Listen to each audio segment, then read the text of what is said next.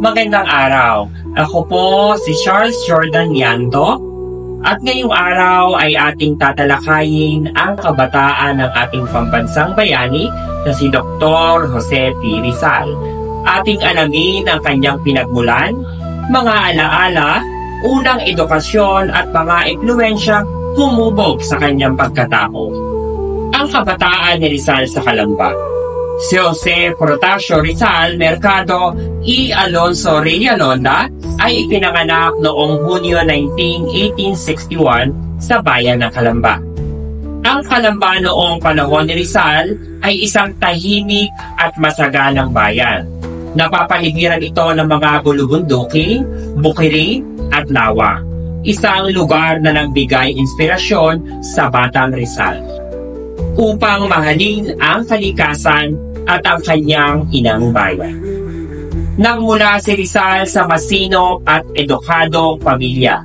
Ang kanyang ama na si Don Francisco Mercado ay isang masipag na magsasaka, habang ang kanyang ina na si Doña Teodora Alonso ay isang matalino at mapagmahal na ina na siyang unang naging guro ng ating pambansang bayani.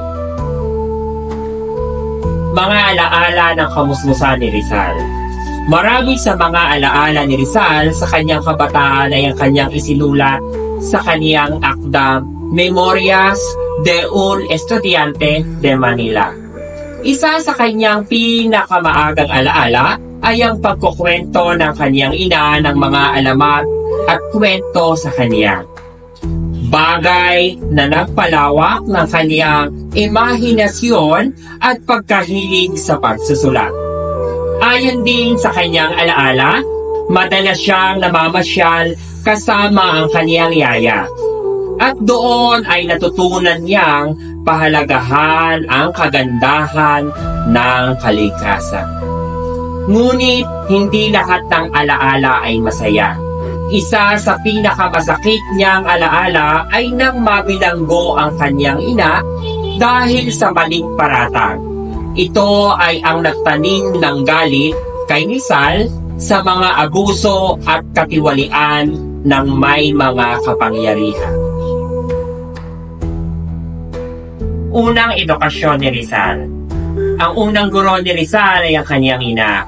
Tinuruan siya nito ng pagbabasa, pagsusulat at pagdarasal sa murang edad na 3 taon. Kalaunan, nag-aral siya sa pribadong paaralan